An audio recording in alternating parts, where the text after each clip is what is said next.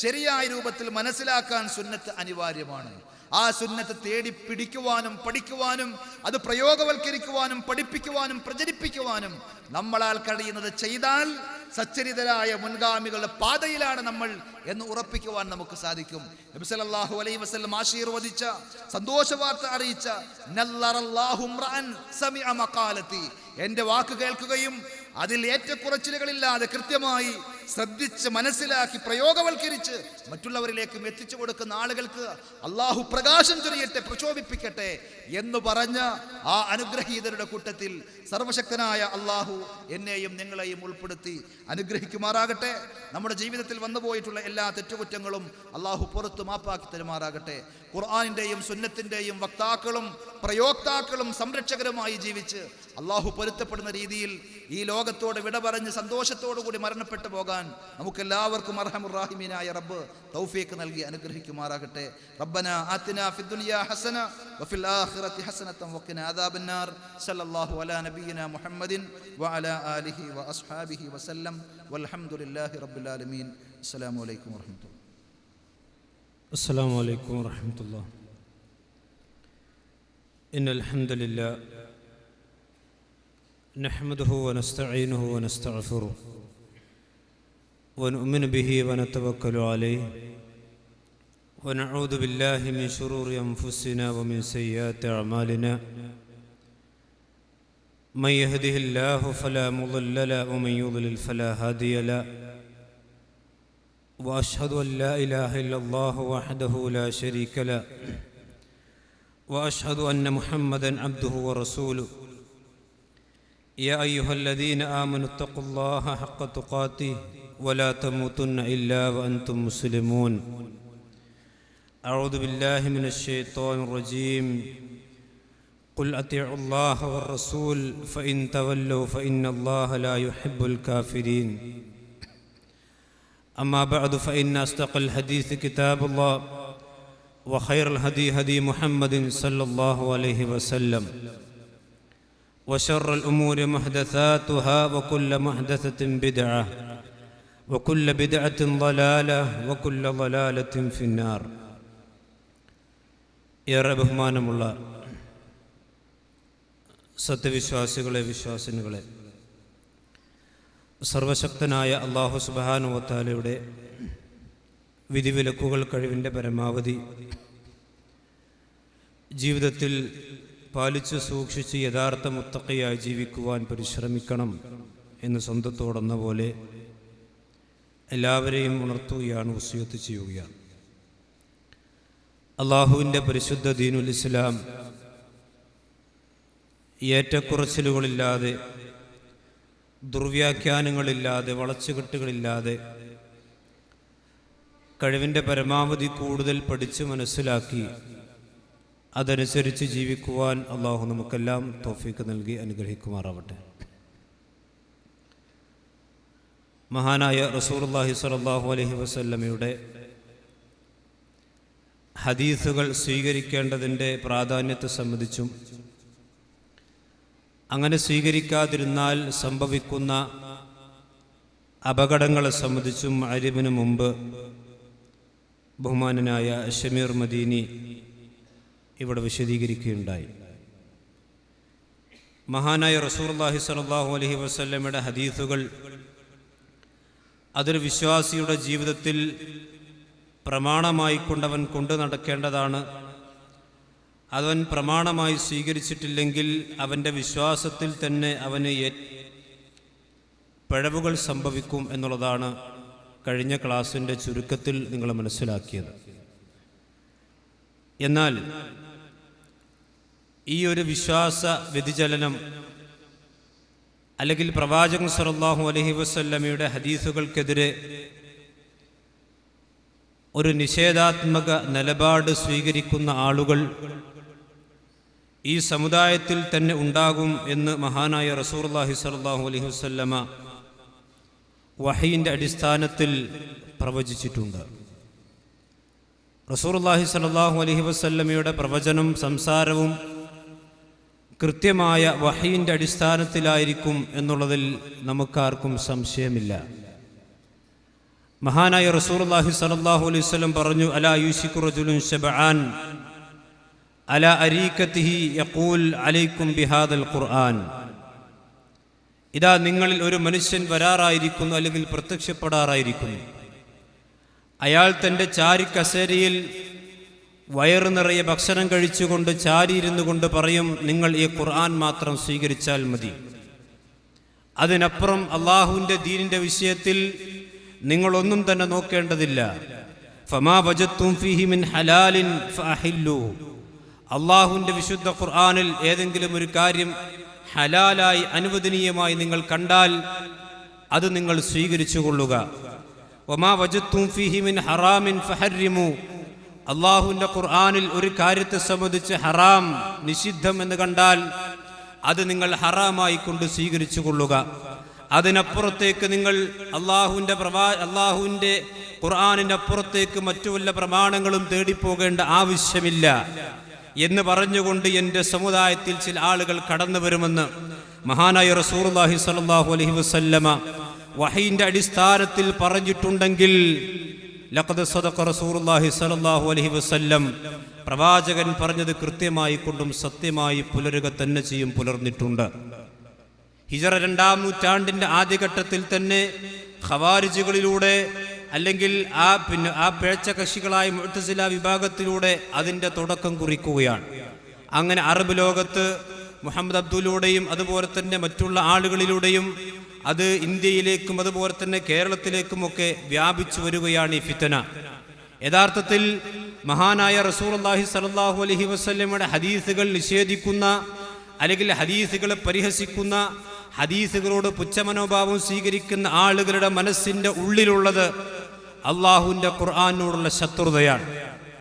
ആ ഖുർആനിനെ നേർക്കുനേരെ അറ്റാക്ക് ചെയ്യാൻ, ആ ഖുർആനിനെ നേർക്കുനേരെ നിഷേധിക്കാൻ കഴിയാത്തത് കൊണ്ടാണ് അവർ റസൂലുള്ളാഹി സ്വല്ലല്ലാഹു അലൈഹി വസല്ലമയുടെ ഹദീസുകളെ പിടികൂടുന്നത്.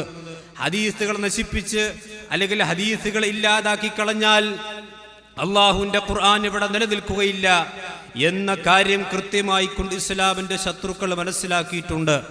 അതുകൊണ്ടാണ് അവർ അള്ളാഹുവിൻ്റെ പ്രവാചകന്റെ ഹദീസുകളെ ദൈനംദിനമെന്നോണം ഒരു ഗവേഷണം തന്നെ നടത്തിക്കൊണ്ട് പരിഹസിക്കുകയും നിഷേധിക്കുകയും ചെയ്തുകൊണ്ടിരിക്കുന്ന പ്രവണത നമ്മുടെ ഈ കൊച്ചു കേരളത്തിലേക്ക് വരെ വ്യാപിച്ചിട്ടുണ്ട്. ഇന്നും അത് അനവരതം തുറന്നുകൊണ്ടിരിക്കുകയാണ്. സഹോദരങ്ങളെ, മഹാനായ റസൂലുള്ളാഹി സ്വല്ലല്ലാഹു അലൈഹി വസല്ലമയുടെ ഹദീസുകൾ ഇസ്ലാമിൻ്റെ, അല്ലെങ്കിൽ പരിശുദ്ധ ദീനുൽ ഇസ്ലാമിൽ അത് എത്രമാത്രം പ്രാധാന്യമർഹിക്കുന്നതാണ് എന്ന് ഒരു മുസ്ലിമായ മനുഷ്യൻ പറഞ്ഞാൽ അയാൾ ഹദീസ് അംഗീകരിക്കുന്ന ആളല്ലേ, അതുകൊണ്ട് അതിനെന്ത് വില എന്ന് നിങ്ങൾ പറഞ്ഞേക്കാം. എന്നാൽ ഇസ്ലാമിനെ പുറത്തുനിന്ന് വായിച്ച് മനസ്സിലാക്കിയിട്ടുള്ള ഒരു മുസ്ലിമല്ലാത്ത ഈ കേരളത്തിൽ അറിയപ്പെട്ടിട്ടുള്ള ഒരു എഴുത്തുകാരനാണ് സക്കറിയ എന്ന് പറയുന്ന എഴുത്തുകാരൻ. അയാൾ ചേകനൂർ മൗലവിയുടെ വധവുമായി കൊണ്ട് ബന്ധപ്പെട്ടുകൊണ്ട് മാതൃഭൂമി ആഴ്ചപ്പതിപ്പിൽ 2000 ഒക്ടോബർ മാസത്തിൽ മാതൃഭൂമി ആഴ്ചപ്പതിപ്പിൽ എഴുതിയ ഒരു ലേഖനമുണ്ട്. ചേകനൂറും കേരള ഇസ്ലാമിലെ പ്രതിസന്ധിയും എന്നാണ് ആ ലേഖനത്തിന്റെ തലവാചകം. മഹാനായ റസൂലുള്ളാഹി സ്വല്ലല്ലാഹു അലൈഹി വസല്ലമയുടെ ഹദീസുകൾ ഇസ്ലാമിൽ എത്രമാത്രം പ്രാധാന്യമർഹിക്കുന്നു, അല്ലെങ്കിൽ ഹദീസുകളെ തള്ളിക്കളഞ്ഞാൽ ആ ഇസ്ലാമിന്റെ കോലമെന്തായിരിക്കുമെന്ന് ഒരു മുസ്ലിമല്ലാത്ത, ഇസ്ലാമിനെ പുറത്തുനിന്ന് കൂടുതലൊന്നും പഠിച്ചിട്ടില്ലാത്ത സക്കറിയ എന്ന് പറയുന്ന എഴുത്തുകാരൻ പറയുന്ന വാചകം ഞാൻ നിങ്ങളെ വായിച്ചു കേൾപ്പിക്കാം. മഹാനായ പ്രവാചകന്റെ ഹദീസുകളിൽ നിസാരവൽക്കരിക്കുന്ന, പ്രവാചകന്റെ ഹദീസുകൾ നിഷേധിക്കുന്ന ആളുകൾ ഈ മുസ്ലിമല്ലാത്ത മനുഷ്യന്റെ വാചകം ഒന്ന് ശ്രദ്ധിക്കേണ്ടതുണ്ട്. ചേകനൂർ മൗലവിയെ സംബന്ധിച്ച് അദ്ദേഹം എഴുതുകയാണ്, എന്റെ വിയോജനം മൗലവി ഹദീസുകളോട് പ്രകടിപ്പിച്ച എതിർപ്പിനോടാണ്. അദ്ദേഹത്തിന്റെ അഭിപ്രായത്തിൽ ഹദീസുകൾ വായ്മൊഴിയും കേട്ടുകേൾവിയും അങ്ങുമിങ്ങും നിന്ന് പെറുക്കിയെടുത്ത പൊട്ടും പൊടിയുമായതുകൊണ്ട് അവ ഖുർആനിന്റെ യഥാർത്ഥ പഠനങ്ങളെ വളച്ചൊടിക്കാൻ പലരെയും സഹായിച്ചു. ഇസ്ലാം ജീവിതത്തിൽ വന്നു ചേർന്നിട്ടുള്ള പല മലിനീകരണങ്ങളും ഹദീസുകളുടെ സ്വാധീനത്തിലേക്കാണ് ഈ അദ്ദേഹത്തിന്റെ അഭിപ്രായത്തിൽ കൈ ചൂണ്ടുന്നത്. ഇനി കേട്ടോളൂ, അദ്ദേഹത്തെ പോലെ ഒരു പണ്ഡിതന്റെ ചിന്തയോട് സിദ്ധാന്ത തലത്തിൽ വിയോജിക്കാൻ എനിക്ക് യാതൊരു ശേഷിയുമില്ല. പക്ഷേ ഞാൻ ഹദീസുകളെ പിന്തുണക്കുന്നത് അവയിലൂടെയാണ് മുഹമ്മദ് എന്ന മഹാനായ പ്രവാചകനെ മാത്രമല്ല മുഹമ്മദ് എന്ന മഹാനും അസാധാരണനുമായ മനുഷ്യനെ ഞാൻ കണ്ടെത്തിയത് എന്നതിനാലാണ്. മഹാനായ റസൂലുള്ളാഹി സ്വല്ലല്ലാഹു അലൈഹി വസല്ലമയെ ഈ അമുസ്ലിമായ സക്കറിയ കണ്ടെത്തിയത് വിശുദ്ധ ഖുർആനേക്കാൾ കൂടുതലായി പ്രവാചകൻ സല്ലല്ലാഹു അലൈഹി വസല്ലമയുടെ ഹദീസുകളിലൂടെയാണ്. ആ ഹദീസുകളെ ചേകനൂർ മൗലവി നിഷേധിക്കുന്നു എന്നതാണ് എനിക്ക് അദ്ദേഹത്തോടുള്ള വിയോജനം. തീർന്നില്ല, അദ്ദേഹം വീണ്ടും എഴുതുകയാണ്, ഖുർആൻ മാത്രം വായിച്ച് എനിക്ക് ഇസ്ലാമുമായോ മുഹമ്മദ് പ്രവാചകനുമായോ മാനുഷികമായ അടുപ്പവും ചായ്വും സ്നേഹവും ആദരവും ഉണ്ടാകുമായിരുന്നു എന്ന് എനിക്ക് തോന്നുന്നില്ല. വിശുദ്ധ ഖുർആനിലൂടെ മാത്രം പ്രവാചകനെ മനസ്സിലാക്കാൻ ശ്രമിച്ചാൽ ഞാൻ മുഹമ്മദിനെ ആദരിക്കുന്ന ഒരു മനുഷ്യനായി മാറുമായിരുന്നു എന്നെനിക്ക് തോന്നുന്നില്ല. വീണ്ടും അദ്ദേഹം പറയുകയാണ്, എം.എൻ. കാരശ്ശേരി മലയാളത്തിൽ ഇറക്കിയ ഹദീസുകളാണ് ഞാൻ ആദ്യം വായിച്ചത്. പിന്നെ ഞാൻ മൂലഗ്രന്ഥങ്ങൾ പലതും വായിച്ചു തീർത്തു. അപ്പോഴാണ് നമ്മെപ്പോലെ വെയിൽ കൊണ്ടും തണുത്തു വിയർത്തും വിശന്നും വലഞ്ഞും സങ്കടപ്പെട്ടും ദേഷ്യപ്പെട്ടും സ്നേഹിച്ചും ജീവിച്ച ഒരു മനുഷ്യൻ, അതേസമയം നമ്മെപ്പോലെയല്ലാതെ പ്രപഞ്ചത്തിലേക്ക് ഹൃദയം പറത്തിവിട്ട ഒരു മനുഷ്യൻ, ഒരു ജീവിക്കുന്ന പ്രവാചകൻ, അങ്ങനെ ഒരാളെ ഞാൻ തിരിച്ചറിഞ്ഞത് ഹദീസിലൂടെയാണ്. ഞാൻ റസൂലുള്ളാഹി സ്വല്ലല്ലാഹു അലൈഹി വസല്ലമയെ തിരിച്ചറിഞ്ഞത്. തീർന്നില്ല, മുണ്ടുടുക്കുന്നതിൻ്റെ നീളം മുതൽ മൂത്രമൊഴിക്കുന്ന രീതി വരെയും പ്രാർത്ഥനയുടെ ആവശ്യം മുതൽ ഈശ്വരന്റെ സ്വഭാവം വരെയും ഒരു പ്രകൃതി ജനതയെ പറഞ്ഞു പഠിപ്പിച്ച് അവരെ സംസ്കാര പാതയിലേക്ക് നയിച്ച ഒരു അതിമാനുഷ്യനെ ഞാൻ ഹദീസുകളിൽ കണ്ടുപിടിച്ചു. ഇത് ഒരു മുസ്ലിമല്ലാത്ത സക്കറിയാണ് വിശദീകരിക്കുന്നത്. അദ്ദേഹത്തിന് പോലും ഹദീസില്ലാത്ത ഇസ്ലാം അത് വക്രമായ ഇസ്ലാമാണ്, പൂർണ്ണമല്ലാത്ത ഇസ്ലാമാണെന്ന് മനസ്സിലായിട്ടുണ്ടെങ്കിൽ, ഒരു മുസ്ലിം നാമധാരിയായ ഒരു മനുഷ്യൻ അയാൾ ഹദീസുകളെ നിഷേധിക്കുന്നുണ്ടെങ്കിൽ അയാൾ സക്കറിയ മനസ്സിലാക്കി ഇസ്ലാമിനെ പോലും മനസ്സിലാക്കിയിട്ടില്ല എന്നതല്ലേ സഹോദരങ്ങളെ അതിലൂടെ നമുക്ക് മനസ്സിലാക്കാൻ കഴിയുന്നത്. മഹാനായ റസൂലുള്ളാഹി സ്വല്ലല്ലാഹു അലൈഹി വസല്ലമയുടെ ഹദീസുകളിലൂടെയാണ് ഞാൻ പ്രവാചകനെ കണ്ടെത്തിയത് എന്ന് സക്കറിയ പറയുമ്പോൾ, ആ റസൂലുള്ളാഹിന്റെ ഹദീസുകൾ നമുക്ക് വേണ്ടതില്ല. ആ പ്രവാചകന്റെ ഹദീസുകൾ നമുക്ക് തോട്ടിലെറിയണം. ആ പ്രവാചകന്റെ ഹദീസുകൾ സ്വീകരിച്ചാൽ നമ്മൾ അന്ധവിശ്വാസത്തിലേക്ക് കൂപ്പുകുത്തി പോകുമെന്ന് പറയുന്നവർ ഇസ്ലാമിനെ മനസ്സിലാക്കാത്ത, അല്ലെങ്കിൽ ഇസ്ലാമിനെ ആഴത്തിൽ പഠിച്ചിട്ടില്ലാത്ത ആളുകളാണ് എന്നതാണ് നമുക്ക് മനസ്സിലാക്കാൻ സാധിക്കുന്നത്. സഹോദരങ്ങളെ, ഒരു വിശ്വാസിയായ മനുഷ്യനെ സംബന്ധിച്ചിടത്തോളം അവന്റെ ജീവനേക്കാൾ, അവന്റെ സ്വന്തം ശരീരത്തെക്കാൾ കൂടുതൽ സ്നേഹിക്കേണ്ട ആ പ്രവാചകന്റെ ഹദീസുകൾ എങ്ങനെയാണ് ഒരു വിശ്വാസിക്ക് തള്ളിക്കളയാൻ കഴിയുക? മഹാനായ അല്ലാഹു സുബ്ഹാനഹു വ തആല വിശുദ്ധ ഖുർആനിൽ പറഞ്ഞല്ലോ, ഖുൽ അത്തിഉല്ലാഹ വർ റസൂൽ, നിങ്ങൾ അല്ലാഹുവിനെ അനുസരിക്കണം, അപ്രകാരം തന്നെ പ്രവാചകരെ നിങ്ങൾ അനുസരിക്കണം. ഫഇൻ തവല്ലൂ, ആ അല്ലാഹുവിന്റെ അനുസരണത്തിൽ നിന്ന്, പ്രവാചകൻ അനുസരിക്കുന്നതിൽ നിന്ന് നിങ്ങൾ പിന്തിരിഞ്ഞാൽ, ഫഇന്നല്ലാഹ ലാ യുഹിബ്ബുൽ കാഫിരീൻ, അല്ലാഹു കാഫിറുകളായ ആളുകൾ ഇഷ്ടപ്പെടുകയില്ല. അല്ലാഹുവിനെ അനുസരിക്കാത്തവൻ കാഫിറാണ്. പ്രവാചകൻ അനുസരിക്കുന്നതിൽ വിസമ്മതം പ്രകടിപ്പിച്ചവനും കുഫറിന്റെ ഹുക്മ തന്നെയാണ് എന്നാണ് വിശുദ്ധ ഖുർആനിന്റെ ഈ ആയത്തിലൂടെ കൃത്യമായി കൊണ്ട് സഹോദരങ്ങളെ നമുക്ക് മനസ്സിലാക്കാൻ കഴിയുന്നത്. ഞാൻ കേരളത്തിൽ ഹദീസുകളെ പരിഹസിക്കുന്ന, അല്ലെങ്കിൽ ഹദീസുകളെ നിഷേധിക്കുന്ന ആളുകളെ സംബന്ധിച്ച് മാത്രമേ ഇപ്പോൾ ഈ സംസാരത്തിൽ സൂചിപ്പിക്കുവാൻ ഉദ്ദേശിക്കുന്നുള്ളൂ. കാരണം നമ്മൾ ജീവിക്കുന്നത് കേരളത്തിലാണ്. കേരളത്തിൽ തന്നെ ഇത്ര അപകടകാരികളായ ആളുകളുണ്ടെങ്കിൽ പിന്നെ നമ്മൾ ആഗോളതലത്തിലേക്ക് എന്തിനു പോകണം? ഇന്ത്യയുടെ കാര്യവും ലോകത്തിൻ്റെ കാര്യവും നമ്മൾ എന്തിനു പറയണം? നമ്മുടെ സ്വന്തം മുറ്റത്ത് തന്നെ മൂർഖം പാമ്പുണ്ടാകുമ്പോൾ മറ്റു വീട്ടിലുള്ള നീർക്കോലിയെ സംബന്ധിച്ച് നമ്മൾ ചർച്ച ചെയ്യേണ്ട ആവശ്യമില്ലല്ലോ. കേരളത്തിൽ നമുക്കറിയാം, വ്യാപകമായ രീതിയിൽ ഹദീസ് നിഷേധത്തിന് തുടക്കമിട്ടത് CN അഹമ്മദ് മൗലവിയുടെ നേതൃത്വത്തിലായിരുന്നു. അതിനു മുമ്പ് അഹ്ലുൽ ഖുർആൻ എന്നും മറ്റുള്ള പേരുകളിൽ ചില ആളുകൾ ഹദീസ് നിഷേധവുമായി രംഗത്ത് വന്നിരുന്നെങ്കിലും അതിന് സംഘടിതമായ രൂപമോ അല്ലെങ്കിൽ ഔദ്യോഗിക രൂപമോ ഉണ്ടായിരുന്നില്ല. നേരെ മറിച്ച് CN അഹമ്മദ് മൗലവിയുടെ ഹദീസ് നിഷേധം കേരളത്തിലേക്ക് വ്യാപകമാവുകയാണ്. ഇന്ന് അദ്ദേഹത്തിന്റെ അനുയായികൾ എന്ന് പറഞ്ഞൊരു അനുയായി വൃന്ദം കേരളത്തിൽ ഇല്ലാത്തത് കൊണ്ട് തന്നെ അദ്ദേഹത്തിന്റെ ഹദീസ് നിഷേധത്തിലേക്കും ഞാൻ കൂടുതൽ കടക്കുന്നില്ല. പിന്നീട് CN അഹമ്മദ് മൗലവിയുടെ ഹദീസ് നിഷേധം ഏറ്റുപിടിച്ചുകൊണ്ട് ഇവിടെ 3 വിഭാഗം ആളുകളാണ് രംഗത്ത് വന്നിട്ടുള്ളത്. പ്രധാനമായും ഇന്ന് ജീവിച്ചിരിക്കുന്ന നമുക്കിടയിൽ ഹയ്യത്തായിട്ടുള്ള ഈ വിഭാഗം, ഒന്ന് ജമാഅത്തെ ഇസ്ലാമിക്കാരാണ്, രണ്ടാമത് നമ്മിൽ നിന്ന് പിരിഞ്ഞു പോയിട്ടുള്ള മടവൂർ വിഭാഗമാണ്.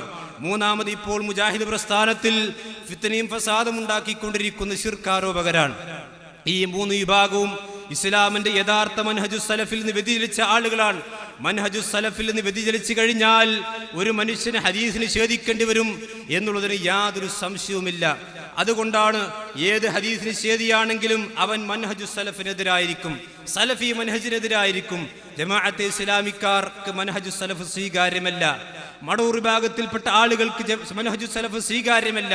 അപ്രകാരം തന്നെ ഇപ്പോൾ മുജാഹിദ് പ്രസ്ഥാനത്തിൽ ഫിത്നയും ഫസാദും ഉണ്ടാക്കിക്കൊണ്ടിരിക്കുന്ന ആളുകൾ അവരും പറയുന്നു, ഇപ്പോൾ ചില ഗൾഫ് ഇറക്കുമതികൾ വന്നുകൊണ്ടിരിക്കുന്നു, മൻഹജു സലഫിനെയാണ് പരിഹസിച്ചു കൊണ്ടിരിക്കുന്നത്.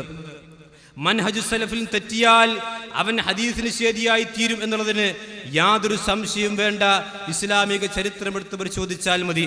ഇവിടെയുള്ള ജമാഅത്തെ ഇസ്ലാമിക്കാരായ ആളുകൾ അവർ മൊത്തത്തിൽ ഹദീസ് നിഷേധികൾ എന്ന് പറയാൻ പറ്റില്ല. പക്ഷേ അവർ ഒറ്റയും തെറ്റിയുമായിക്കൊണ്ട് അവരുടെ ബുദ്ധിക്ക് അനുയോജ്യമല്ല എന്നവർക്ക് തോന്നുന്ന ഹദീസുകൾ, അല്ലെങ്കിൽ ഖുർആനിന്റെ ആശയങ്ങളോട് അനുയോജ്യമല്ല എന്നവർക്ക് തോന്നുന്ന ചില ഹദീസുകൾ അവർ തട്ടിക്കളയാറുണ്ട്. അത് മൗദൂദി സാഹിബിൽ നിന്നാണ് അവർ കടമെടുത്തിട്ടുള്ളത്.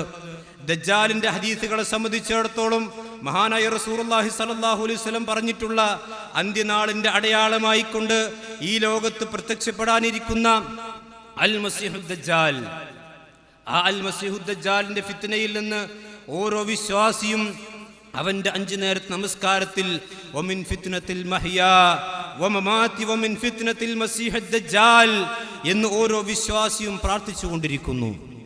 പക്ഷേ മൗദൂദി സാഹിബ് പറഞ്ഞു, ദജ്ജാൽ എന്ന് പറഞ്ഞാൽ അതൊരു കെട്ടുകഥയാണ്, അതിന് യാതൊരു അടിസ്ഥാനവുമില്ല. ഹദീസുകളെ മുഴുവൻ പരിഹസിക്കുന്നു. അതേപോലെ തന്നെ കേരളത്തിൽ IPH ഇറക്കി പ്രസിദ്ധീകരിച്ചിട്ടുള്ള സിഹിർ എന്ന് പറയുന്ന ടി മുഹമ്മദ് എന്ന് പറയുന്ന ജമാഅത്ത് നേതാവിന്റെ ഒരു പുസ്തകമുണ്ട്.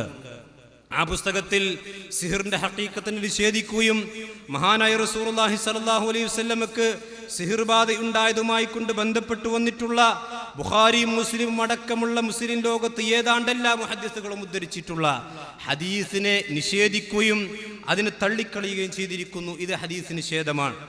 മാത്രവുമല്ല, ജമാഅത്തെ ഇസ്ലാമിക്കാരുടെ മുഖപത്രമായിട്ടുള്ള പ്രബോധനം വാരിക, അതൊരു ഹദീസ് പതിപ്പ് പ്രത്യേകമായി കൊണ്ട് പുറത്തിറക്കിയിരുന്നു. അതിൽ അബ്ദുറഹ്മാൻ സാഹിബിന്റെ ഒരു ലേഖനമുണ്ട്, ഹദീസ് നിഷേധം കേരളത്തിൽ എന്നാണ് ആ ലേഖനത്തിന്റെ തലവാചകം. അതിൽ കേരളത്തിലെ ഹദീസ് നിഷേധികളെ സംബന്ധിച്ച് CN അഹമ്മദ് മൗലവിയെ സംബന്ധിച്ചും ചേകരൂർ മൗലവിയെ സംബന്ധിച്ചും പരാമർശിക്കുന്നതിനിടയിൽ ജമാഅത്തിന്റെ ഉന്നതനായ നേതാവ് അബ്ദുറഹ്മാൻ സാഹിബ് പറയുന്നു, മലക്കുൽ മൗത്തിന്റെ കണ്ണ് മൂസാ നബി അടിച്ചു പൊട്ടിച്ചു എന്ന ഒരു പൊട്ടൻ കഥ ബുഖാരിയിലുണ്ട്. നിങ്ങൾ ആലോചിച്ച് നോക്കൂ സഹോദരങ്ങളെ, മഹാനായ പ്രവാചകൻ വഹീന്റെ അടിസ്ഥാനത്തിൽ പറഞ്ഞൊരു കാര്യത്തെയാണ് ഈ ജമാഅത്ത് നേതാവ് പൊട്ടൻ കഥ എന്ന് പറഞ്ഞിട്ടുള്ളത്. അപ്പോൾ ആരാണ് ഇവിടെ പൊട്ടനായിട്ടുള്ളത്? നഊദു ബില്ലാ. പ്രവാചകന് അല്ലെങ്കിൽ ജിബ്രീൽ അലൈഹിസ്സലാത്തു വസ്സലാമക്ക് ആ വഹി കൊടുത്തിട്ടുള്ള അള്ളാഹു പൊട്ടനാണോ? നഊദു ബില്ലാ. മാത്രവുമല്ല, ആ അള്ളാഹുവിന്റെ വഹി പ്രവാചകൻ എത്തിച്ചു കൊടുത്ത ജിബ്രീൽ അലൈഹിസ്സലാത്തു വസ്സലാം ജിബ്രീൽ പൊട്ടനാണോ? നഊദു ബില്ലാ. ആ ഹദീസ് സഹാബികൾക്ക് പറഞ്ഞു കൊടുത്ത നബി സല്ലല്ലാഹു അലൈഹി വസല്ലമ പ്രവാചകൻ പൊട്ടനാണെന്ന് ഒരാൾ പറഞ്ഞാൽ അയാൾ ഇസ്ലാമിൽ നിന്ന് പുറത്തു പോകും. അപ്പൊ പ്രവാചകൻ പറഞ്ഞ അള്ളാഹുവിന്റെ വഹയിനെ സംബന്ധിച്ചിടത്തോളം അതൊരു പൊട്ടൻ കഥയാണ് എന്ന് പറഞ്ഞുകൊണ്ട് പരിഹസിക്കുന്നു. ഇത് അവരുടെ ഔദ്യോഗിക പ്രസിദ്ധീകരണത്തിലാണ്. അതേപോലെ തന്നെ പ്രവാചകൻ സല്ലല്ലാഹു അലൈഹി വസല്ലമയുടെ ഹദീസുകളിൽ അന്ത്യനാളിന്റെ അവസാനത്തിൽ കടന്നു വരുന്ന മഹദി ഇമാമിനെ സംബന്ധിച്ച് പരാമർശമുണ്ട്, സ്വഹീഹായ ഹദീസുകളിൽ പരാമർശമുണ്ട്. പക്ഷെ ജമാഅത്തുകാർ മഹദി എന്ന മിഥ്യ എന്ന് പറഞ്ഞുകൊണ്ട് പുസ്തകമിറക്കിയ ആളുകളാണ്. മഹദിയുമായി കൊണ്ട് ബന്ധപ്പെട്ട് വന്നിട്ടുള്ള എല്ലാ ഹദീസുകളെയും നിഷേധിച്ചുകൊണ്ട് അവർ പുസ്തകം തന്നെ ഇറക്കി വിതരണം ചെയ്തിട്ടുണ്ട്. ഇതൊക്കെ ഹദീസ് നിഷേധമാണ്. മാത്രവുമല്ല, സംഗീതവുമായി കൊണ്ട് ബന്ധപ്പെട്ട ഹദീസുകളെ നിഷേധിക്കുന്നു, പിശാചുബാധയുമായി കൊണ്ട് ബന്ധപ്പെട്ട ഹദീസുകളെ നിഷേധിക്കുന്നു. ഒരു മുസ്ലിമിന്റെ വസ്ത്രധാരണ രീതിയുമായി കൊണ്ട് ബന്ധപ്പെട്ട് പ്രവാചകൻ സല്ലല്ലാഹു അലൈഹി വസല്ലം പറഞ്ഞ ഇസ്റത്തുൽ മുഅ്മിൻ ഇലാ നിസ്ഫി സാഖ്, ഒരു മുഅ്മിനിന്റെ വസ്ത്രം അതവന്റെ കണങ്കാല് വരേക്കുമാണ് എന്ന് പ്രവാചകൻ പറഞ്ഞ ഹദീസിനെ മിനിസ്കർട്ട് എന്ന് പറഞ്ഞുകൊണ്ട് പരിഹസിക്കുന്നു. പ്രവാചകൻ പറഞ്ഞു, നിങ്ങൾ താടി വളർത്തണം, സമൃദ്ധമായി വളർത്തണം. ഉതുർകുല്ലിഹ, നിങ്ങൾ താടിയെ വിടണമെന്ന് പറഞ്ഞ ഹദീസിനെ അത് ബാർബറുടെ കരങ്ങൾ സ്പർശിക്കാത്ത താടി രോമങ്ങൾ എന്ന് പറഞ്ഞുകൊണ്ട് പരിഹസിക്കുന്നു. ഇതൊക്കെ ജമാഅത്തെ ഇസ്ലാമിക്കാർ ഇവിടെ ഹദീസിനെ കയ്യേറ്റം ചെയ്തുകൊണ്ടിരിക്കുന്നതിൻ്റെ ഏതാനും ചില സാമ്പിളുകൾ മാത്രമേ ഞാൻ നിങ്ങളുടെ ശ്രദ്ധയിൽ കൊണ്ടുവന്നിട്ടുള്ളൂ. എന്നാൽ ഹദീസിന്റെ പ്രാമാണികതയെ ജമാഅത്ത് ഇസ്ലാമിക്കാർ നിഷേധിച്ചിട്ടില്ല. പക്ഷേ അള്ളാഹുവിന്റെ പ്രവാചകൻ പറഞ്ഞു എന്ന് സ്വഹീഹായ ഒരു ഹദീസ്, ആ ഹദീസിനെ സംബന്ധിച്ചിടത്തോളം അത് മനഃപൂർവ്വം ഒരാൾ നിഷേധിച്ചാൽ ഫഖദ് റദ്ദൽ അസറ കുല്ലഹു എന്നാണ് ഇമാം ബർബഹാരി റഹ്മത്തുള്ളാഹി പറഞ്ഞിട്ടുള്ളത്. ഒരു ഹദീസിനെ മനഃപൂർവ്വം ഒരാൾ നിഷേധിച്ചു കഴിഞ്ഞാൽ അവൻ മുഴുവൻ അസറുകളെയും മുഴുവൻ ഹദീസുകളെയും നിഷേധിച്ചവരെ പോലെയാണ്. എന്തുകൊണ്ട്? ഒരു ഹദീസ് അള്ളാഹുവിന്റെ ഒരു വഹിയാണ്. ഒരു വഹിയെ നിഷേധിച്ചാൽ മുഴുവൻ വഹികളെയും നിഷേധിക്കുന്നവനെ പോലെയാണ്. ഏതുപോലെ മഹാനായ നൂഹ് നബി അലൈഹി സ്വലാത്തു വസ്സലാമിയുടെ സമുദായത്തെ സംബന്ധിച്ചിടത്തോളം അള്ളാഹുവിന്റെ വിശുദ്ധ ഖുർആനിൽ കാണാം, അവർ മുഴുവൻ പ്രവാചകന്മാരെയും നിഷേധിച്ചവരാകുന്നു. അവർ നൂഹ് നബി മാത്രമേ നിഷേധിച്ചിട്ടുള്ളൂവെങ്കിലും മുഴുവൻ പ്രവാചകന്മാരും നിഷേധിച്ചു എന്ന് പറഞ്ഞു അള്ളാഹു സുബ്ഹാനഹു വ തആല. എന്തുകൊണ്ട്? ഒരു പ്രവാചകനെ നിഷേധിച്ചാൽ മുഴുവൻ പ്രവാചകനെ നിഷേധിക്കുന്നവനെ പോലെയാണ്. ഇതേപോലെ തന്നെയാണ് ഒരു ഹദീസ് മനഃപൂർവ്വം നിഷേധിച്ചിട്ടുണ്ടെങ്കിൽ അവൻ മുഴുവൻ ഹദീസുകളെയും നിഷേധിക്കുന്നവനെ പോലെയാണ്. അതുകൊണ്ട് ഒറ്റ ഹദീസാണെങ്കിലും അത് സ്വഹീഹായ ഹദീസാണെങ്കിൽ മനഃപൂർവ്വം നിഷേധിക്കുവാൻ പാടില്ല. പ്രവാചകന്റെ ഹദീസുകളോട് ആദരവോടുകൂടിയല്ലാതെ ഒരു മുസ്ലിമിന് സമീപിക്കുവാൻ പാടില്ല. ഇത് ജമാഅത്തുകാരുടെ കാര്യമാണെങ്കിൽ നമ്മിൽ നിന്ന് പിരിഞ്ഞു പോയിട്ടുള്ള മടവൂർ വിഭാഗത്തിൽപ്പെട്ട ആളുകൾ, അവരും ഞാൻ നേരത്തെ പറഞ്ഞതുപോലെ തന്നെ ജമാഅത്ത് ഇസ്ലാമിക്കാരെ പോലെ ഹദീസിന്റെ പ്രാമാണികതയെ നിഷേധിക്കുന്നവരല്ല. ഹദീസ് പ്രമാണമാണ് എന്ന് അംഗീകരിക്കുകയും ഹദീസിന്റെ പ്രാമാണികതയെ സ്ഥിരപ്പെടുത്തുവാൻ വേണ്ടി ഗ്രന്ഥങ്ങൾ എഴുതുകയും പ്രചരിപ്പിക്കുകയും ചെയ്ത ആളുകളാണ് മടവൂർ വിഭാഗത്തിൽപ്പെട്ട ആളുകൾ, സംശയമില്ല. പക്ഷേ ജമാഅത്തുകാരുടെ രോഗം ഇവരിലേക്കും കടന്നുകൂടിയിട്ടുണ്ട്. അവരുടെ ബുദ്ധിക്ക് അനുയോജ്യമല്ലാത്ത ഹദീസുകൾ അവർ തള്ളിക്കളയുന്നു. വിശുദ്ധ ഖുർആനെതിരാണ് എന്ന് അവർക്ക് തോന്നുന്ന ഹദീസുകൾ അവർ തട്ടിക്കളിക്കുന്നു. പ്രവാചകൻ സ്വഹീഹായിക്കൊണ്ട് സ്വഹീഹായ പരമ്പരയിലൂടെ പ്രവാചകന്റെ വന്ന ഹദീസുകളെ പച്ചയായിക്കൊണ്ട് നടുറോട്ടിലിട്ടുകൊണ്ട് ചവിട്ടിയരച്ച് പരിഹസിക്കുന്നു. ഇത് നമ്മിൽ നിന്ന് പിരിഞ്ഞുപോയ ആളുകൾ ചെയ്തുകൊണ്ടിരിക്കുന്നു. കുറച്ച് ഉദാഹരണങ്ങൾ ഞാൻ നിങ്ങളുടെ ശ്രദ്ധയിൽ കൊണ്ടുവരാം. മടവൂർ വിഭാഗത്തിൽപ്പെട്ട സഹോദരന്മാർ അവർ പറയാറുണ്ട്, എവിടെയാണ് ഞങ്ങൾ ഹദീസുകൾ നിഷേധിച്ചിട്ടുള്ളത്? അബ്ദുസ്സലാം സുല്ലമി എവിടെയാണ് ഹദീസുകൾ നിഷേധിച്ചത്? അദ്ദേഹം മുൻഗാമികൾ ഹദീസുകൾക്ക് പറഞ്ഞിട്ടുള്ള വിമർശനങ്ങൾ എടുത്തുധരിക്കുക മാത്രമേ ചെയ്തിട്ടുള്ളൂ. അതല്ലാതെ അദ്ദേഹത്തിന്റെ സ്വന്തം വകയായി ഒരു ഹദീസിനെയും അദ്ദേഹം നിഷേധിച്ചിട്ടില്ല എന്ന് പറയുന്ന നല്ല ശുദ്ധമനസ്കരായിട്ടുള്ള, അല്ലെങ്കിൽ അത് ശുദ്ധ മനസ്കത അഭിനയിക്കുന്ന ആളുകൾ മടവൂർ വിഭാഗത്തിലുണ്ട്. എന്നാൽ കേട്ടോളൂ സഹോദരങ്ങളെ, മടവൂർ വിഭാഗത്തെ സംബന്ധിച്ചിടത്തോളമുള്ള ഹദീസ് നിഷേധം ഒരു ആരോപണമല്ല, അത് യാഥാർത്ഥ്യമാണ്. ഹദീസ് നിഷേധം ആരോപണമല്ല. എന്തുകൊണ്ട് ആരോപണമല്ല? ഇനി ഞാൻ പറയുന്ന തെളിവുകൾ ശ്രദ്ധിക്കുക. ഒന്നാമതായി, കേരളത്തിൽ ഇപ്പോൾ മടവൂർ വിഭാഗം പരസ്യമായി കൊണ്ട് എഴുതുകയും പ്രസംഗിക്കുകയും ചെയ്തുകൊണ്ടിരിക്കുന്നു, ഖബറുൽ ആഹാദായ ഹദീസുകൾ വിശ്വാസ കാര്യങ്ങൾക്ക് സ്വീകാര്യമല്ല. എന്താണ് ഈ ഖബറുൽ ആഹാദ് എന്ന് പറഞ്ഞാൽ? ഹദീസുകൾ നമുക്ക് റിപ്പോർട്ട് ചെയ്ത് കിട്ടിയിട്ടുള്ളതിന്റെ അടിസ്ഥാനത്തിൽ ഹദീസുകൾ രണ്ടു തരമുണ്ട്, മുത്തവാത്തിറുണ്ട്, ആഹാദുണ്ട്. മുത്തവാത്തിർ എന്ന് പറഞ്ഞാൽ ഒരു സംഘം സഹാബിമാർ അല്ലെങ്കിൽ ഒരു സംഘം താബിഈകൾ, അത്രയും ആളുകൾ, ഒരിക്കലും കളവിൽ യോജിക്കാൻ സാധ്യതയില്ലാത്ത വിധം ആളുകൾ നമുക്ക് ഹദീസ് റിപ്പോർട്ട് ചെയ്ത് തന്നതിനെയാണ് മുത്തവാത്തിർ എന്ന് പറയുക. മുത്തവാത്തിർ അല്ലാത്ത എല്ലാ ഹദീസുകളും ആഹാദിന്റെ ഗണത്തിനാണ് ഉൾപ്പെടുത്തുക. ഒരു സഹാബി ഉദ്ധരിച്ച ഹദീസ് ആഹാദാണ്, 2 സഹാബി ഉദ്ധരിച്ചാൽ അതും ആഹാദാണ്, 3 സഹാബി ഉദ്ധരിച്ചാലും ആഹാദാണ്. പക്ഷെ ഇവരുടെ വാദം 3 സഹാബിമാർ പറഞ്ഞാൽ പോലും ഒരു കാര്യം അത് സ്വഹീഹായ ഹദീസാണെങ്കിൽ പോലും അത് വിശ്വാസ കാര്യങ്ങൾ സ്ഥിരപ്പെടുത്തുവാൻ പറ്റുകയില്ല എന്നാണ്. നിങ്ങൾ ആലോചിച്ച് നോക്കൂ, പ്രവാചകൻ അവിടുത്തെ തിരുനാവിലൂടെ വഹീന്റെ അടിസ്ഥാനത്തിൽ 3 സഹാബിമാർക്കൊരു വിശ്വാസകാര്യം പഠിപ്പിച്ചു കൊടുത്ത് ആ 3 സഹാബിയിൽ നിന്ന് 3 താബികൾ റിപ്പോർട്ട് ചെയ്ത് അത് പരമ്പരയായി സ്വഹീഹായി നമുക്ക് കിട്ടിയാലും അത് പറ്റില്ല, അത് വിശ്വസിക്കാൻ പറ്റില്ല, അത് വിശ്വാസ കാര്യങ്ങൾക്ക് പറ്റില്ല എന്ന് പറഞ്ഞാൽ ഇവൻ ഹദീസ് നിഷേധിയാണോ അല്ലയോ? അബ്ദുസ്സലാം സുല്ലമി എഴുതുന്നു, വിശ്വാസ കാര്യങ്ങൾ സ്ഥിരപ്പെടുവാൻ ഇത്തരം ഹദീസുകൾ അഥവാ ഖബറുൽ ആഹാദിന് സാധ്യമല്ലെന്ന് ഹദീസ് പണ്ഡിതന്മാർ ഏകോപിച്ച് പ്രഖ്യാപിക്കുന്നു. ഇല്ല, അത് കളവാണ്. മുഹദ്ദിസുകൾ ആരും തന്നെ അസ്ലിയായിക്കൊണ്ട് അഹ്ലുസുന്നത്ത് വൽ ജമാഅത്ത് അംഗീകരിക്കുന്ന ഒരു മുഹദ്ദിസും പറഞ്ഞിട്ടില്ല ഖബറുൽ ആഹാദ് അഖീദക്ക് പറ്റില്ല എന്ന്. അഹ്ലുൽ ഹദീസിന്റെ അല്ലെങ്കിൽ സലഫുകൾ അംഗീകരിക്കുന്ന ഒരു മുഹദ്ദിസും പറഞ്ഞിട്ടില്ല. അങ്ങനെ നോക്കുകയാണെങ്കിൽ സഹോദരങ്ങളെ, ഈ വിശ്വാസം നമ്മൾ സ്വീകരിക്കുകയാണെങ്കിൽ മുത്തവാത്തിറായ ഹദീസുകൾ വളരെ കുറച്ച് മാത്രമേ ഉള്ളൂ. ബാക്കിയുള്ളതെല്ലാം ആഹാദായ ഹദീസുകളാണ്. അത് തള്ളിക്കളഞ്ഞാൽ എത്രയെത്ര വിഷയങ്ങളാണ് നമ്മൾ തള്ളിക്കളയേണ്ടി വരിക. അന്ത്യനാളിന്റെ അടയാളങ്ങളുമായി കൊണ്ട് ബന്ധപ്പെട്ട വിഷയങ്ങൾ, അതുപോലെ തന്നെ ഖബറിലുള്ള ചോദ്യവുമായി കൊണ്ട് ബന്ധപ്പെട്ട വിഷയങ്ങൾ, പ്രവാചകന്റെ ഖുർആനല്ലാത്ത മറ്റു മുഅ്ജിസത്തുകളെ സംബന്ധിച്ചുള്ള വിഷയങ്ങൾ, അതുപോലെ തന്നെ സിറാത്ത്, സ്വർഗത്തിന്റെ വിശദാംശങ്ങൾ, നരകത്തിന്റെ ശിക്ഷകൾ, ഇങ്ങനെ എണ്ണിയാൽ ഒടുങ്ങാത്ത ഒരുപാട് കാര്യങ്ങൾ നമുക്ക് സ്വീകാര്യമല്ല എന്ന് പറയേണ്ടി വരും. കാരണം അതൊന്നും ഖുർആനിലോ മുത്തവാത്തിറായ ഹദീസിലോ വന്നിട്ടില്ല. ഞാൻ ചോദിക്കട്ടെ, വളരെ സ്നേഹത്തോടു കൂടി ചോദിക്കട്ടെ, ഖബറുൽ ആഹാദ് അഖീദക്ക് പറ്റില്ല എന്ന് പറഞ്ഞിട്ടുള്ള ഏതെങ്കിലും ഒരു സലഫി പണ്ഡിതൻ, ആ സലഫി പണ്ഡിതനെ ഉദ്ധരിക്കാൻ ഇവിടെയുള്ള അല്ലെങ്കിൽ എൻ്റെ ശബ്ദം ശ്രവിക്കുന്ന അല്ലെങ്കിൽ പിന്നീട് ശബ്ദം ശ്രവിക്കാതിരിക്കുന്ന ഏതെങ്കിലും മടൂർ വിഭാഗത്തിൽപ്പെട്ട സഹോദരന്മാർക്ക് കഴിയുമോ? ഏതെങ്കിലും മുഅ്തസിലി വിഭാഗത്തിൽപ്പെട്ട ഏതെങ്കിലും അശ്അരി വിഭാഗത്തിൽപ്പെട്ട ആളുകളെയല്ല നമ്മൾ സ്വീകരിക്കുന്നത്. സലഫു സ്വാലിഹിന്റെ മാർഗം സ്വീകരിച്ചിട്ടുള്ള സലഫികൾ അംഗീകരിക്കുന്ന ഞങ്ങളും സലഫികളാണെന്നാണല്ലോ മടൂർ വിഭാഗം അവകാശപ്പെടാറുള്ളത്. എങ്കിൽ ഇല്ല സഹോദരങ്ങളെ, ഇല്ല. അഹ്ലുസുന്നത്തിൽപ്പെട്ട പണ്ഡിതന്മാർ അങ്ങനെ പറഞ്ഞിട്ടില്ല.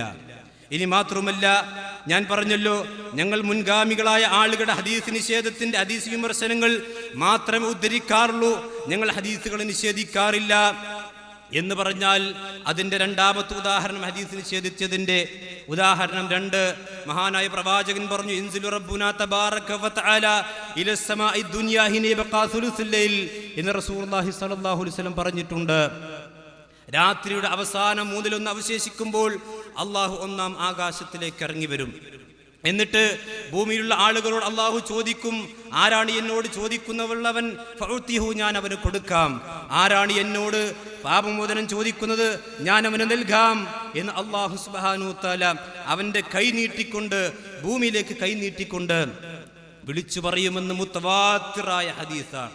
ശൈഖുൽ ഇസ്ലാം ഇബ്നു തൈമിയ്യ റഹ്മത്തുള്ളാഹി അലൈഹി ഈ ഹദീസ് വിശദീകരിക്കാൻ വേണ്ടി മാത്രം ഒരു പ്രത്യേക ഗ്രന്ഥം തന്നെയുണ്ട്. ഈ ഹദീസിനെ സംബന്ധിച്ച് പണ്ട് വാഴക്കാട് വെച്ചുകൊണ്ട് പേരോടദ്രഹ്മാൻ സഖാഫി എന്താ പറഞ്ഞത്? ഇവിടെ പകലാകുമ്പോൾ അമേരിക്കയിൽ രാത്രിയല്ലേ, അമേരിക്കയിൽ രാത്രിയാകുമ്പോൾ ഇവിടെ പകലല്ലേ, അപ്പോൾ അള്ളാഹു ഇറങ്ങുകയാണെങ്കിൽ മൗലവി ആ അള്ളാഹുവിന് എപ്പോഴാണ് പിന്നെ അറച്ചിലിരിക്കാൻ സമയമുണ്ടാവുക? അത് പണ്ട് പേരോട് മുസ്ലിയാർ ചോദിച്ചു. അതിന് നമ്മൾ കൃത്യമായി കൊണ്ട് മറുപടി പറഞ്ഞു. എന്നാൽ അതേ ചോദ്യം ഇതാ ശബാബ് വാരികയിലൂടെ ഒരു സുല്ലമി ചോദിച്ചിരിക്കുന്നു. ഞങ്ങൾ എവിടെയാണ് ഹദീസ് നിഷേധിച്ചിട്ടുള്ളത്? ഇതാ മുത്തവാത്തിറായ ഹദീസിനെയാണ് പച്ചയായിക്കൊണ്ട് നിഷേധിച്ചിട്ടുള്ളത്. ആഹാദായ ഹദീസിനെ അല്ല, മുത്തവാത്തിർ എന്ന് മുഹദ്ദിസുകൾ ഏകകണ്ഠേന രേഖപ്പെടുത്തിയിട്ടുള്ള ഹദീസുൻ നുസൂൽ, അതിൽ എഴുതുകയാണ് അള്ളാഹുവിന്റെ വിശേഷണങ്ങളെ വ്യാഖ്യാനിക്കൽ. എന്താണ്? രാത്രിയുടെ 1/3 അവസാന ഭാഗം നിലനിൽക്കാത്തൊരു നിമിഷ നേരം ഭൂമിയിൽ ഉണ്ടാവുകയില്ല. ഭൂമി പടിഞ്ഞാറെന്ന് കിഴക്കോട്ട് ചലിക്കുകയാണ്. ഒരു സ്ഥലത്തു നിന്നും ഈ സമയം അവസാനിക്കുമ്പോൾ തന്നെ മറ്റൊരു സ്ഥലത്ത് ഈ സമയം അനുഭവപ്പെടുന്നു. 24 മണിക്കൂറും ഈ പ്രക്രിയ നടന്നുകൊണ്ടിരിക്കും. അപ്പോൾ ഇറക്കം അഥവാ നുസൂൽ എന്നതിന് ഇവർ നൽകുന്ന ബാഹ്യാർത്ഥ പ്രകാരം സിംഹാസനത്തിൽ ആരോഹണം ചെയ്യാൻ അള്ളാഹുവിന് സമയമുണ്ടായിരിക്കുകയില്ല. നഊദു ബില്ലാഹ്. അപ്പൊ അള്ളാഹു ഇറങ്ങും എന്ന് പ്രവാചകൻ പറഞ്ഞു. പക്ഷെ അബ്ദുസ്സലാം സുലൈമി പറയുന്നു, അള്ളാഹു ഇറങ്ങുമെന്ന് പറഞ്ഞാൽ അള്ളാഹുവിന് പിന്നെ എപ്പോഴാണ് ഇറച്ചിലിരിക്കാൻ സമയമുണ്ടാവുക? റസൂലുള്ളാഹിനെ ചോദ്യം ചെയ്യുന്നു, അതുഅല്ലിമൂനല്ലാഹ ബിദീനിക്കും എന്ന് അള്ളാഹു സുബ്ഹാനഹു വ തആല ചോദിച്ചില്ലേ? നിങ്ങൾ ആലോചിച്ച് നോക്കൂ. അള്ളാഹിന്റെ പ്രവാചകൻ വഹീന്റെ അടിസ്ഥാനത്തിൽ പറയാണ് ഇറങ്ങും. പക്ഷെ സുല്ലമി ശബാബിലോട് ചോദിക്കുന്നു, ഇറങ്ങിയാൽ പിന്നെ അള്ളാഹ് എപ്പോഴാണ് ഇറച്ചിലിരിക്കുക? ഹദീസ് നിഷേധമാണോ അല്ലയോ? മുത്തവാത്തിറായ ഹദീസിനെയാണ് നിഷേധിച്ചിട്ടുള്ളത്. തീർന്നിട്ടില്ല. നിങ്ങൾ ആലോചിച്ച് നോക്കൂ. മഹാനായ റസൂലുള്ളാഹി സ്വല്ലല്ലാഹു അലൈഹി വസല്ലമ ഹദീസിന്റെ അടിസ്ഥാനത്തിൽ നമുക്ക് പഠിപ്പിച്ചിട്ടുള്ള ഒരു കാര്യമാണ്.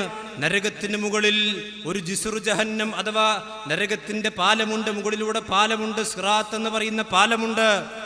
ഇത് അറിയാത്ത ഏത് വിശ്വാസിയാണ്, ഏത് മുഅ്മിനാണ് സഹോദരങ്ങളെ നമ്മുടെ കൂട്ടത്തിലുള്ളത്? നരകത്തിന് മുകളിൽ സിറാത്ത് പാലമുണ്ട് എന്നറിയാത്തവർ ആരാണുള്ളത്? എന്നാൽ തന്റെ ബുഖാരി പരിഭാഷയിൽ അബ്ദുസ്സലാം സുല്ലമി എഴുതി വിടുന്നു. ബുഖാരി പരിഭാഷയുടെ 3-ാം വാള്യം 568-ാമത്തെ പേജിൽ കാണാം. ഇതാണ് ഞാൻ പറഞ്ഞത്, ഹദീസ് നിഷേധം ആരോപണമല്ല, വസ്തുതയാണ്. സിറാത്ത് പാലം ഇല്ലെന്ന് ഈ ഹദീസ് വ്യക്തമാക്കുന്നു. അങ്ങനെ ഒരു ഹദീസ് ഉണ്ടാകോ? സിറാത്ത് പാലം ഇല്ല എന്ന് ഈ ഹദീസ് വ്യക്തമാക്കുന്നു എങ്കിൽ ഞാൻ ചോദിക്കട്ടെ, ഏതാണ് ഹദീസ്? സിറാത്ത് പാലം ഇല്ല എന്ന് പറഞ്ഞ് റസൂലുള്ള പഠിപ്പിച്ച ഹദീസ് ഏതാണ്? എന്നാൽ കേട്ടോളൂ, സിറാത്ത് ഉണ്ട് എന്നതിന് എത്രയാണ് ഹദീസ്? മടവൂർ വിഭാഗത്തിൽപ്പെട്ട ആളുകൾ പുറത്തിറക്കിയ ഹദീസ് സമാഹാരം 1-ാം വാള്യം വിശ്വാസം, അതിൽ 3 ഹദീസുകൾ 1-ാം വാള്യത്തിൽ 512-ാമത്തെ പേജ് മറിച്ച് നോക്കൂ. നരകത്തിന് മുകളിൽ സിറാത്ത് പാലമുണ്ടെന്നതിന് 3 ഹദീസുകൾ കൊടുത്തിരിക്കുന്നു. അപ്പൊ അബ്ദുസ്സലാം സുല്ലമി എഴുതിയത് ഹദീസിന് നിഷേധമാണോ അല്ലയോ? കൃത്യമായി കൊണ്ടും ഹദീസിന് നിഷേധമാണ്, സംശയമില്ല. തീർന്നിട്ടില്ല. ഞാൻ പറഞ്ഞല്ലോ, ജമാഅത്തെ ഇസ്ലാമിക്കാരായ ആളുകൾ അവർ അന്ത്യനാളിൽ വരാനിരിക്കുന്ന അല്ലെങ്കിൽ അന്ത്യനാളിന്റെ അടയാളമായി കൊണ്ട് പ്രത്യക്ഷപ്പെടാനിരിക്കുന്ന ദജ്ജാലിൽ നിഷേധിച്ചവരാണ്, കള്ളക്കഥയാണെന്ന് പറഞ്ഞവരാണ്.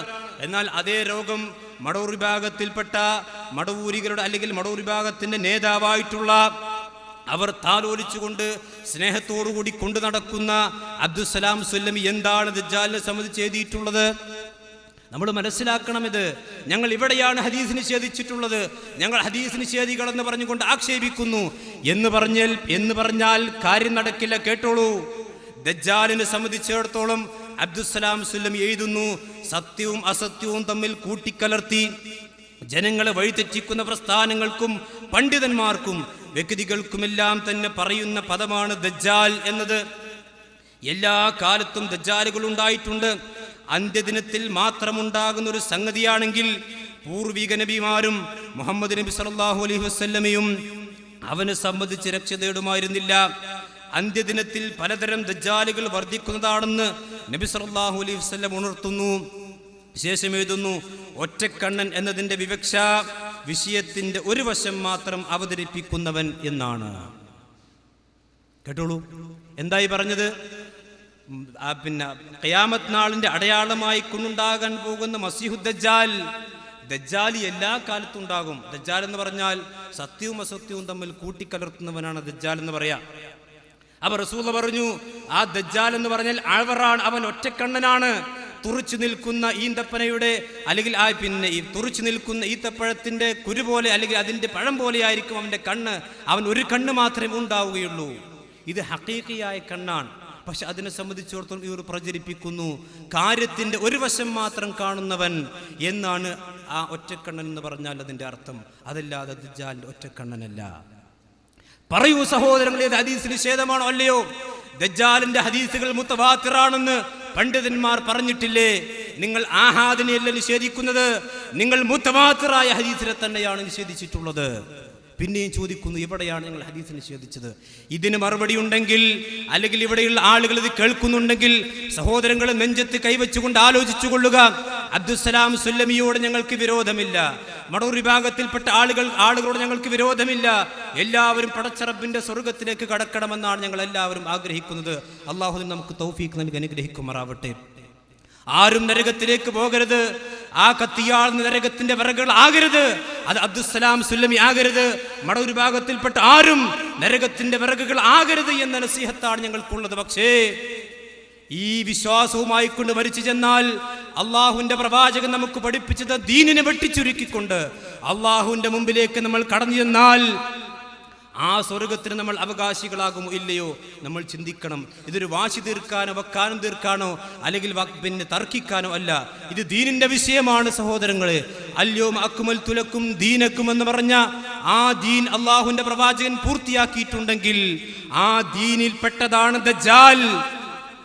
അതിന് നിഷേധിച്ചാൽ അത് ദീനിന്റെ നിഷേധമാണ്. അതൊരിക്കലും ഒരു വിശ്വാസിക്ക് അംഗീകരിക്കാൻ കഴിയില്ല. ഇത് ഗൗരവമുള്ള വിഷയമാണ്. നമസ്കാരത്തിൽ 5 നേരം വിശ്വാസികൾ ആ ദജ്ജാലിന്റെ ഫിത്നയെ തൊട്ട് രക്ഷ തേടുമ്പോൾ അഴവറായിട്ടുള്ള ഒറ്റക്കണ്ണനായ ദജ്ജാലിന്റെ ഫിത്ന തേടുമ്പോൾ ഇവിടെ ചില ആളുകൾ പ്രചരിപ്പിക്കുന്നു അങ്ങനെ ഒരു ദജ്ജാൽ തന്നെ വരാനില്ല. എന്തൊരു ധിക്കാരമാണ് സഹോദരങ്ങളെ ഇത്. വമൻ യുശാഖിഖിർ റസൂല മിൻ ബഅദി മാ തബയ്യന ലഹുൽ ഹുദാ വയത്തബി ഗൈറ സബീലിൽ മുഅ്മിനീൻ നുവല്ലിഹി മാ തവല്ലാ വനുസ്ലിഹി ജഹന്നം വസാഅത് മസീറാ. ആ നരകം എത്ര മോശമായ സങ്കേതമാണ്. അതുകൊണ്ട് സഹോദരങ്ങളെ, നിങ്ങൾ ചിന്തിച്ചു നോക്കുക. ഇത് അബ്ദുസ്സലാം സുല്ലമി എഴുതിയിട്ടുണ്ടെങ്കിൽ അത് തെറ്റാണ് സുല്ലമി എന്ന് പറയാനുള്ള ആർജവം എൻ്റെ പ്രിയപ്പെട്ട മടവൂരി സുഹൃത്തുക്കളെ, മടവൂർ വിഭാഗത്തിൽപ്പെട്ട സുഹൃത്തുക്കളെ നിങ്ങൾ കാണിക്കണം. കാരണം ഈ അബ്ദുസ്സലാം സുല്ലമിയോ അല്ലെങ്കിൽ നിങ്ങളുടെ ആരും അബ്ദുറഹ്മാൻ സലഫി ആകട്ടെ അല്ലെങ്കിൽ ഹുസൈൻ മടവൂരാകട്ടെ എ പി ആകട്ടെ ആരുമാകട്ടെ അവരാരും തന്നെ നമ്മുടെ ഖബറിലേക്ക് ഉണ്ടാവുകയില്ല. വകുല്ലുഹും ആതിഹി യൗമൽ ഖിയാമത്തി ഫർദാ. എല്ലാവരും ഒറ്റയായിക്കൊണ്ടാണ് പടച്ചറബിന്റെ മുമ്പിലേക്ക് വരിക. അബ്ദുസ്സലാം സുല്ലമിയുടെ പഴച്ച വിശ്വാസവുമായി കൊണ്ട് നമ്മൾ മരിച്ചുപോയി.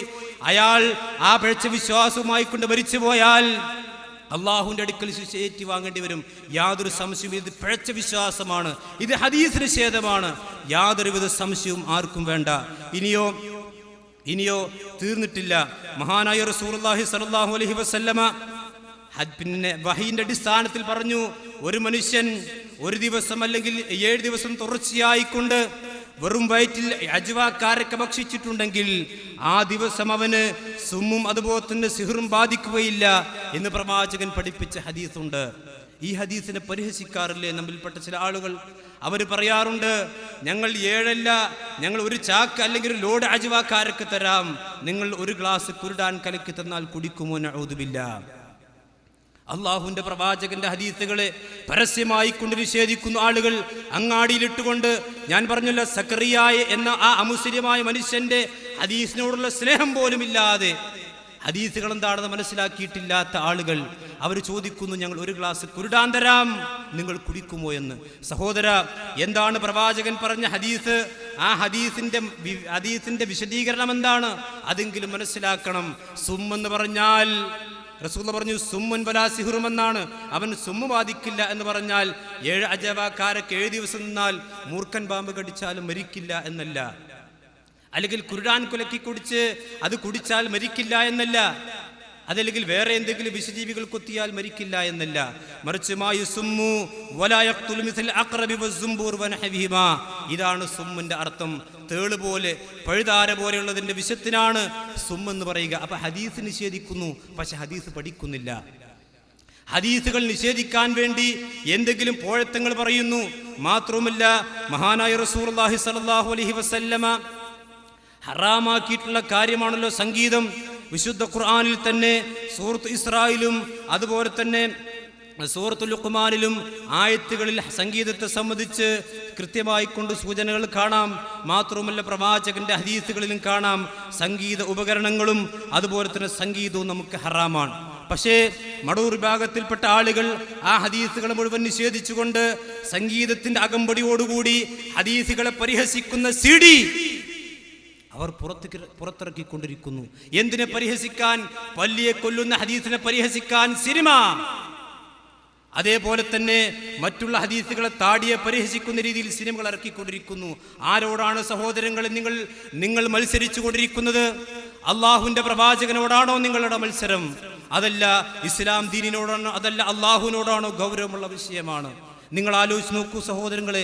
സംഗീതവുമായി കൊണ്ട് ബന്ധപ്പെട്ടുകൊണ്ട് ഇവർ ഇവിടെ ഔദ്യോഗിക പ്രസിദ്ധീകരണമായ അത്തൗഹീദും ദൈവാസിക ഇതിൽ വന്നൊരു ലേഖനം എന്താണെന്നറിയോ?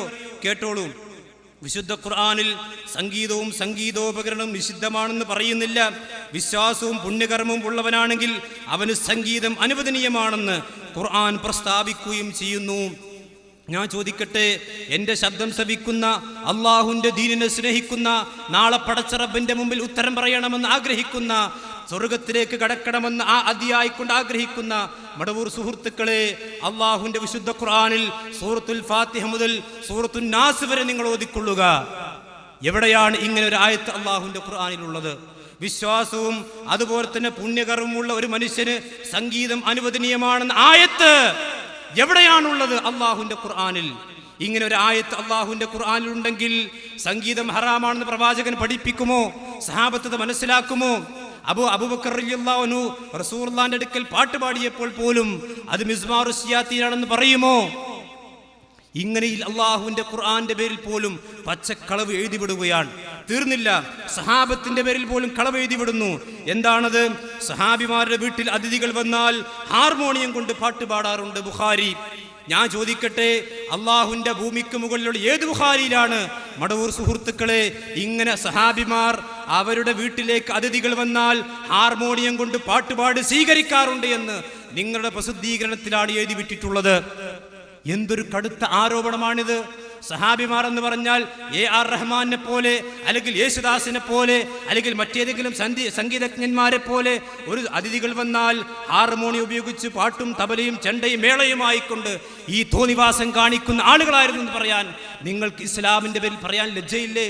റസൂലുള്ളാഹി റളിയല്ലാഹു അൻഹും വറളു അൻഹും എന്ന് അല്ലാഹു സർട്ടിഫിക്കറ്റ് കൊടുത്തിട്ടുള്ള ആ സ്വർഗം കൊണ്ട് സന്തോഷ വാർത്ത അറിയിക്കപ്പെട്ടിട്ടുള്ള